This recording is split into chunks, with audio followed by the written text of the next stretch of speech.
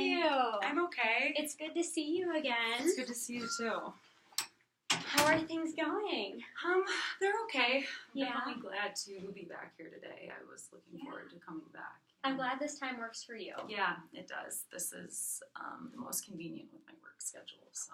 Oh, good. Okay. Well, then hopefully we can kind of stick on this schedule and then you don't have to worry about it. Yeah, definitely.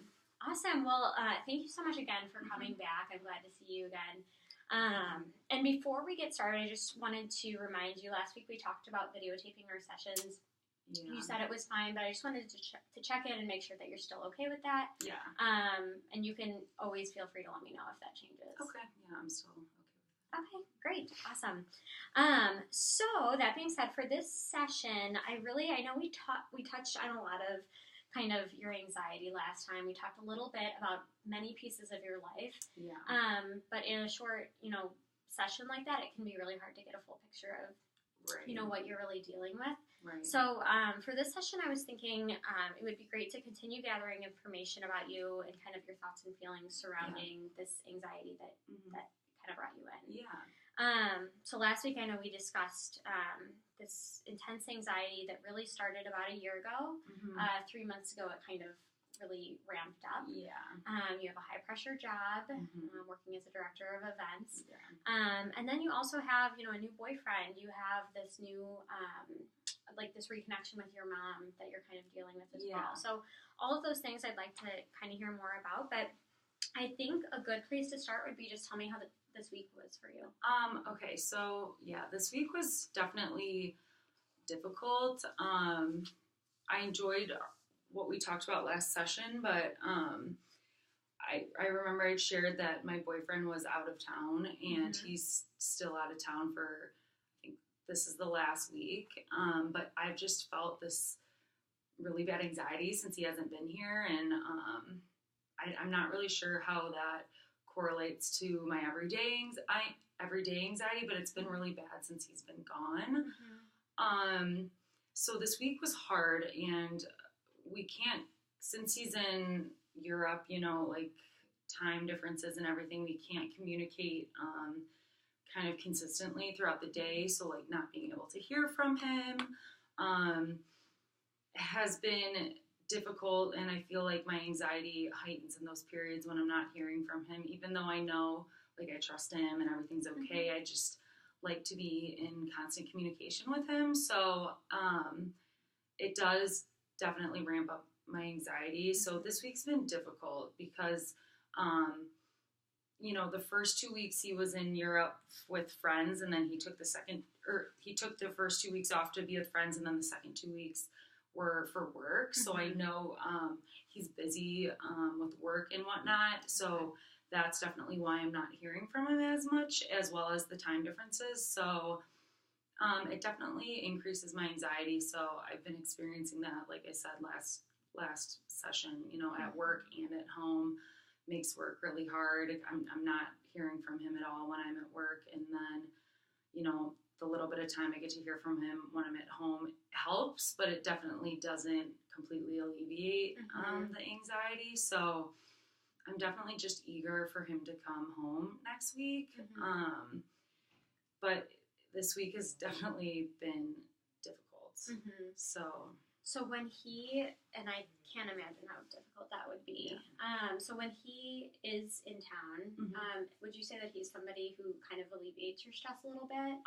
Yeah, definitely. I mean, we have moments where, I'm frustrated with him and whatnot, where, it's definitely not alleviating anxiety, or I get in my own head about our relationship. But majority of the time, yes, I think he'd be somebody who is really stabilizing for me and definitely helps with the day-to-day anxiety and helps kind of alleviate some of those symptoms, especially when I'm spending time with him. Sure. I still have difficulty sleeping, whether he's there or he's not there. I still have a hard time falling asleep and typically wake up in the early morning. So that doesn't really change, but the other symptoms, like the pressure in my chest and the physical symptoms, typically alleviate a little bit when he's around. So does he know kind of the extent of your anxiety? Is that something he's saying? I definitely communicate that all with him. I'm very open about it. he's supportive of me coming to therapy, and encourages it. He knows about my past and my history with my family and whatnot, and my mom. So yes, he definitely knows the whole story and wants me to start, feeling some relief from some of those symptoms, and does try to help as much as he can.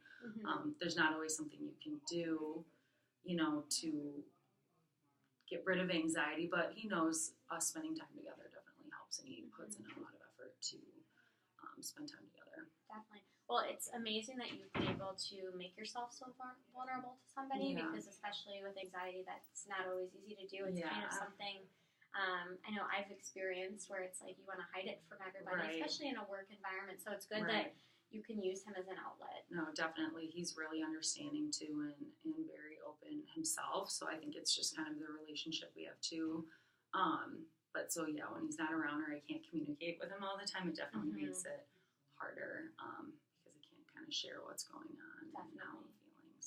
So it sounds like overall it's a very positive relationship. Yeah, definitely. Would you say it's healthy? healthy? Yes, definitely healthy. Definitely supportive of my, symptoms right now. It definitely helps, and he's someone I can always go to when I'm feeling completely freaked out. If I'm having kind of like an episode at work where I'm struggling to concentrate and, feeling that pressure, I definitely try to talk to him, and he can kind of talk me off the ledge sometimes. So yeah, it's definitely healthy, and, I don't know what I would do without having his support. So it's definitely helped. That's great. Well, then I'm sure you're obviously probably counting down the days till he's back. Yeah. So you said this week? At the end of this week, yeah. Okay. Do you guys have anything planned for when he gets back? No, just because of the time difference and jet lag and whatnot. We'll probably, I'll see him, I'll pick him up from the airport, and we'll definitely spend time together. We don't live together, but I often spend time at his apartment and stay over at his apartment. So we'll definitely do that, but nothing big planned. Just because I know he's going to be exhausted, and I know work has been really hard for him. So yeah, I'm just looking forward to spending some time and doing nothing. And being in the same city, time zone as he is. Exactly. That's totally understandable. Yeah. And then I know last time you were here, you also said, kind of speaking of like support systems. Yeah. You said you have some friends, but you've been kind of not so eager to go out with them because of the anxiety. How has that been this week? Have you been out at all? So yeah, I have actually, since my boyfriend's been gone, I've actually spent a little more time talking to my friends and spending time with them, because it does really help. It's just kind of making the effort and getting there, especially if they're willing to come to my apartment. It's really helpful. So I've had a couple friends come over just this past weekend, and it was very low key, and we just kind of hung out with each other. Talked, which always helps me, watched a movie, nothing, big or out. We didn't go out anywhere. It was definitely just relaxing, and nice to like be with other people, who can kind of distract me sometimes from like the overwhelming feelings of anxiety. So that definitely helped this weekend go by faster, and kind of hoping for my boyfriend to get home. So that definitely helped out. But yeah, so two of my friends, I have a big friend group. There's like 7 of us, but 2 of my friends are really like caught up to date how I am. And I was able to kind of replace, the role of my boyfriend with my friends and kind of fill them in with how I'm feeling, and telling them that my anxiety's been pretty bad since my boyfriend's been out of town, and they definitely are so understanding. So it's helpful. It doesn't make it go away. And it definitely doesn't help as much as having my boyfriend there, but it definitely helps. A little bit of a distraction as well. Yeah. Quite good. And then kind of the big one, I know your biggest stressor right now is work and being at work, and that seems to be the time when it's the most intense. Definitely. So how are things with your stepbrother and everything like that? My stepbrother's been out of town this week, so that's been really nice. But, I have a big weekly meeting every week, and, the nerves around that have not gone away. If anything, they've gone up. Like, I was so anxious going into this big staff meeting the other day that I was like, I like honestly felt like I wasn't going to be able to do it. But I just like talked to myself in the moment. I texted one of my friends letting her know like how anxious I was, and like she texted me back, and like what it comes down to is I just like have to do it. I don't necessarily feel like I do it to the best of my ability recently, just because my anxiety is so bad. So yeah, once I get past that in the week, like I definitely feel better, but it doesn't go away, because that meeting is a big source of anxiety for me, because I'm talking to a large number of staff members and kind of telling them how we're coordinating these events, and there's a lot of pieces that need to fall in place and go the right way. So it is nerve-wracking, and now that I've just started to get nerves over the meeting, it just kind of like builds up and builds up. And I've also had a couple really big events this week. I'm glad they're over with, but going into them, I'm always really anxious, especially having to talk to, you know, the direct clients, and I want to sound competent, and I know I'm good at my job, but when I'm experiencing this anxiety, it doesn't feel like me, or like I'm doing my job to the fullest. So I am actively trying to, you know, get through my work days as best as I can and to the best of my ability, but it's challenging for sure. Is this weekly meeting the same day every week? Yes. Okay. Yeah. So it's just like a staff check-in? Yes. Okay. Yeah. And that's one of the bigger sources of stress at your work? Yeah, it didn't used to be that big of a deal. I always got a little bit nervous for it, but lately it's just been... Have you had any bad experiences with it, or? No, I haven't really had any bad experiences with it. It's just like in the past few months, like it's become like, obviously our staff has grown as the restaurant grows, and we have more restaurants in different sites now, so obviously it's more and more people, but I haven't had any specific instance that I did poorly or anything. It's like I just get so nervous beforehand. That makes sense. Yeah, and it's hard to kind of curb that, like, until the meeting's over, so. Well, and it can be so hard to be dealing with physical symptoms of anxiety and then go and, you know, kind of do this command performance. Yeah. So I can't imagine what that must be like. Yeah. And you said, you know, you're good at your job, you feel good about that, but have you ever felt like your anxiety has hindered your performance? Yeah, definitely. I don't necessarily know about the meeting. I feel like I'm so anxious in the moment that I can't even remember. Like, it's not like I completely black out, but I'm like just trying to read my notes and get through the meeting that so it impacts in that way, but I'm still getting the information across that I need to.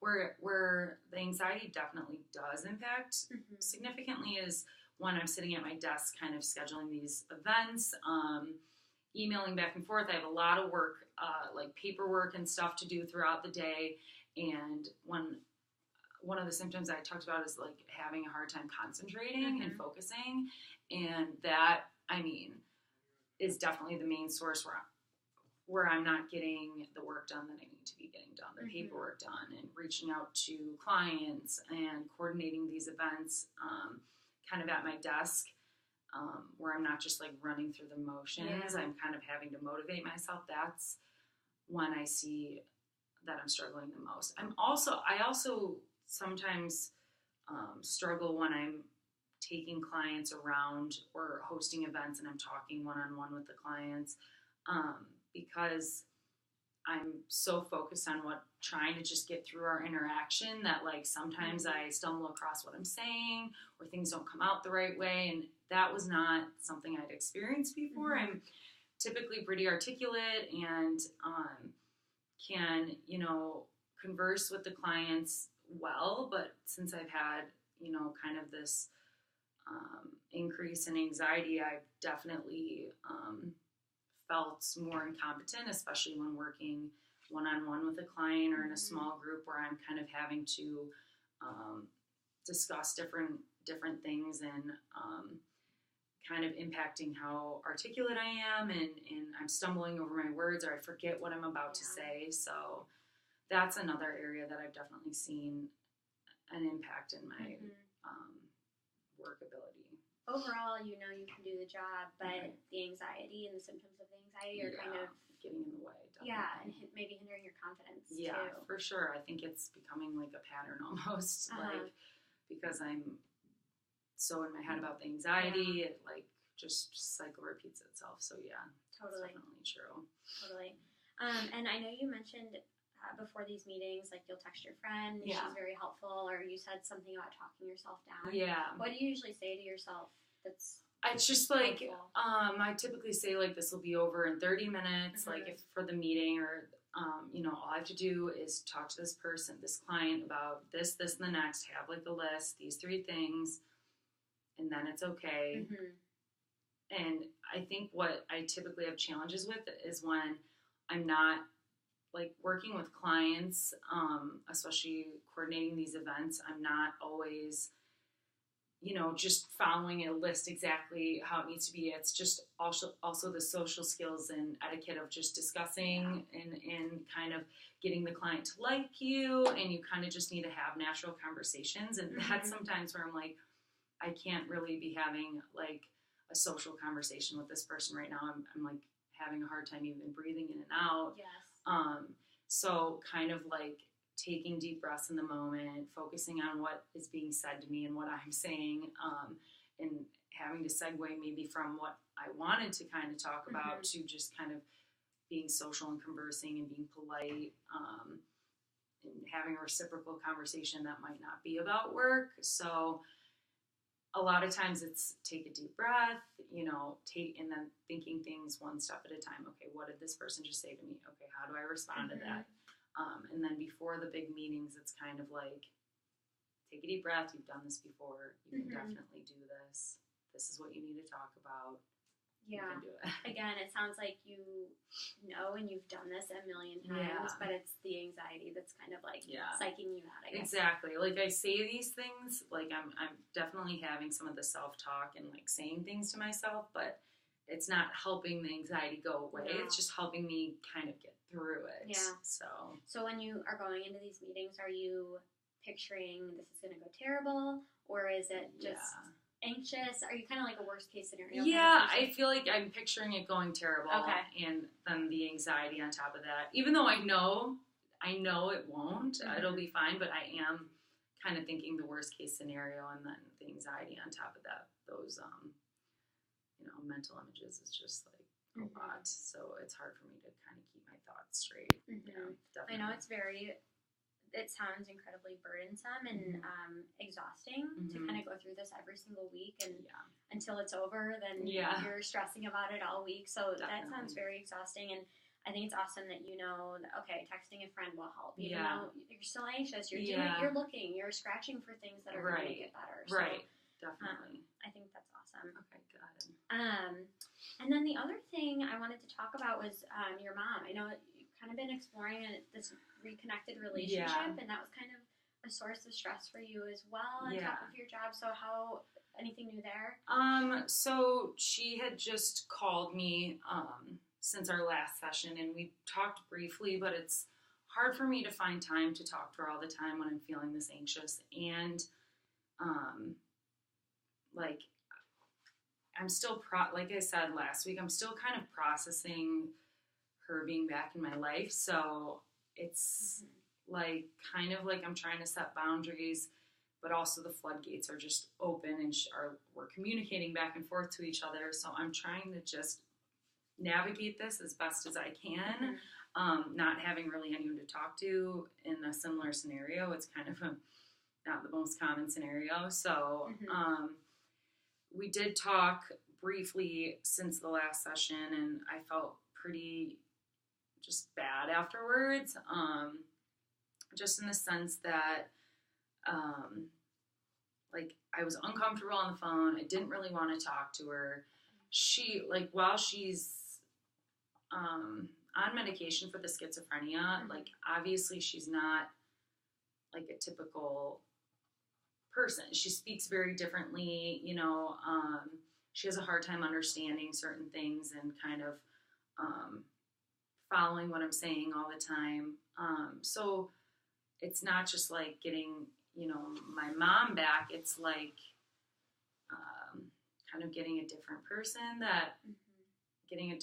back in my life as opposed to who my mom was before she had schizophrenia. So it's definitely been a challenge. I don't want to feel like feelings of resentment, but I know they're deep down there somewhere. You know, she left when I was little and is back now and kind of needing our help.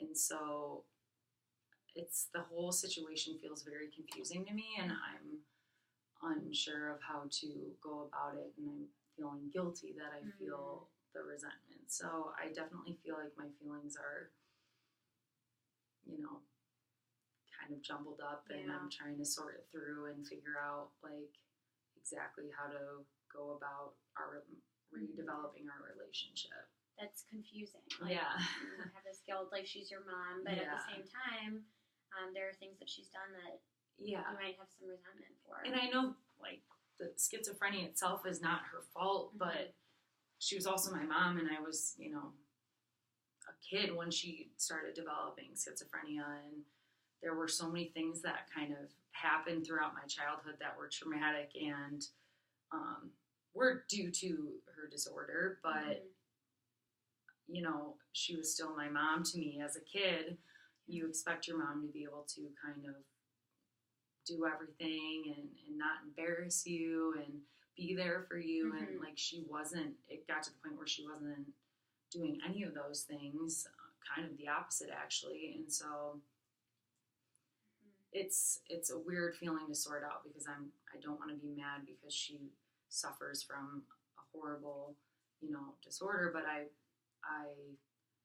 am mad at the person who was supposed to be my mom, you know, wasn't there when I needed her. And that's okay. Yeah. That's okay to feel like that. Okay. And then, so tell me a little bit what she was like before. I think you said 4th grade was when she started kind of developing. Yeah. 4th grade, yeah. Probably some symptoms in 3rd grade too.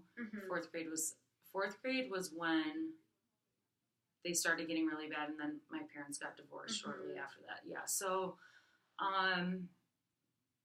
like, I have a lot, like, she was perfect, like, the best mom ever, like, growing up as a kid, and then it hit this point where, like, I noticed things were different, and my older sister, obviously, knew things were different, and my mom was angry all the time and often angry at my dad. I think that's kind of how it started, if I'm remembering right. It was a lot of anger towards my dad. Okay. And then it started, you know, getting to a point where my dad and her were getting divorced, and my mom was beginning to get really unstable at that point, and there were points where she, you know, they were separated, and she was living somewhere else, and we were living with my dad in the house, and she was in an apartment, and she was taking us to Target one day. I remember this really specifically. She was taking us to Target, and my sister was in the front seat, and I was in the back seat, and we went into Target, got out of the car, went into Target, and my mom started acting really weird, and she's like, you know, these people are here, they're here, and they're here to get us. Come on, we have to go. And it was really, I remember feeling really embarrassed at the time. Like, why is my mom making this scene in Target? And, like, why is she making me leave? And why are people coming after? Like, I was in 4th grade. Why are people coming after us? Yeah. And I remember getting back into the car, and my older sister was really upset at my mom. Was like, why are you doing this? And she was older than me. She's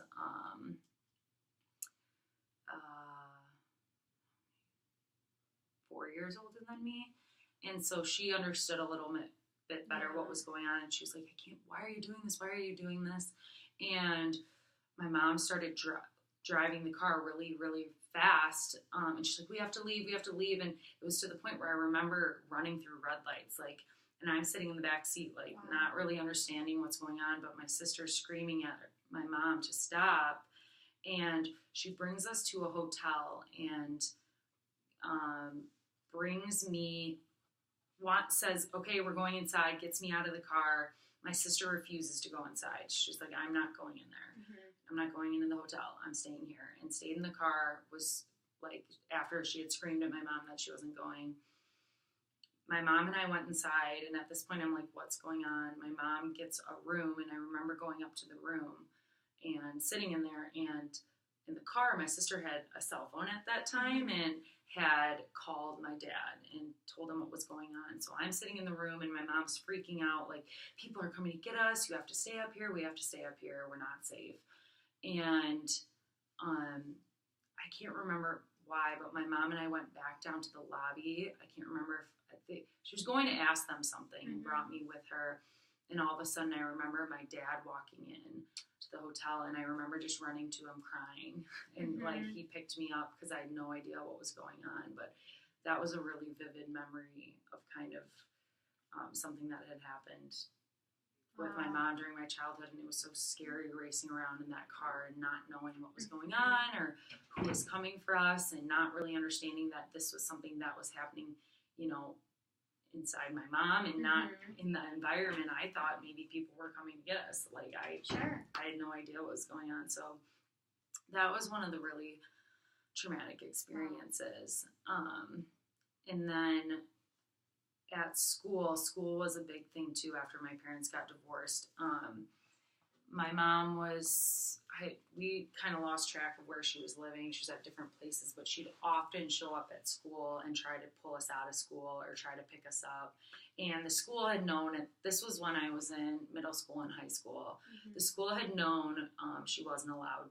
She didn't have custody of us at this point, and she wasn't allowed to take us out of school or anything. But there were times I remember her, like, coming inside the school and trying to, like, even, like, kids in the school knew who my mom was and knew that she was, you know,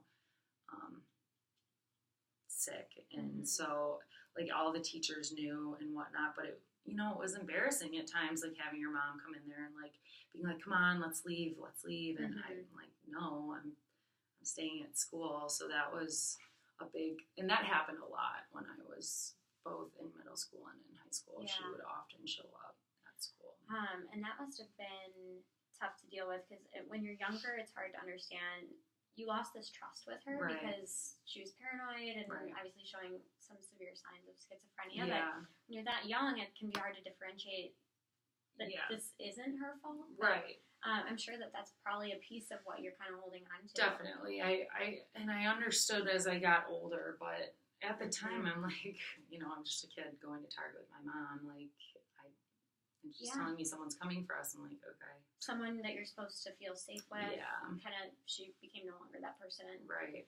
And then I'm curious, I know your sister is also kind of in this weird reconnection stage with you and your mom. And it sounds like she was a little bit older to where she could understand a little bit more. How does she feel towards the situation? Yeah, she was definitely more hesitant at first and kind of had stated she wasn't going to talk to our mom and she was not going to reconnect with her.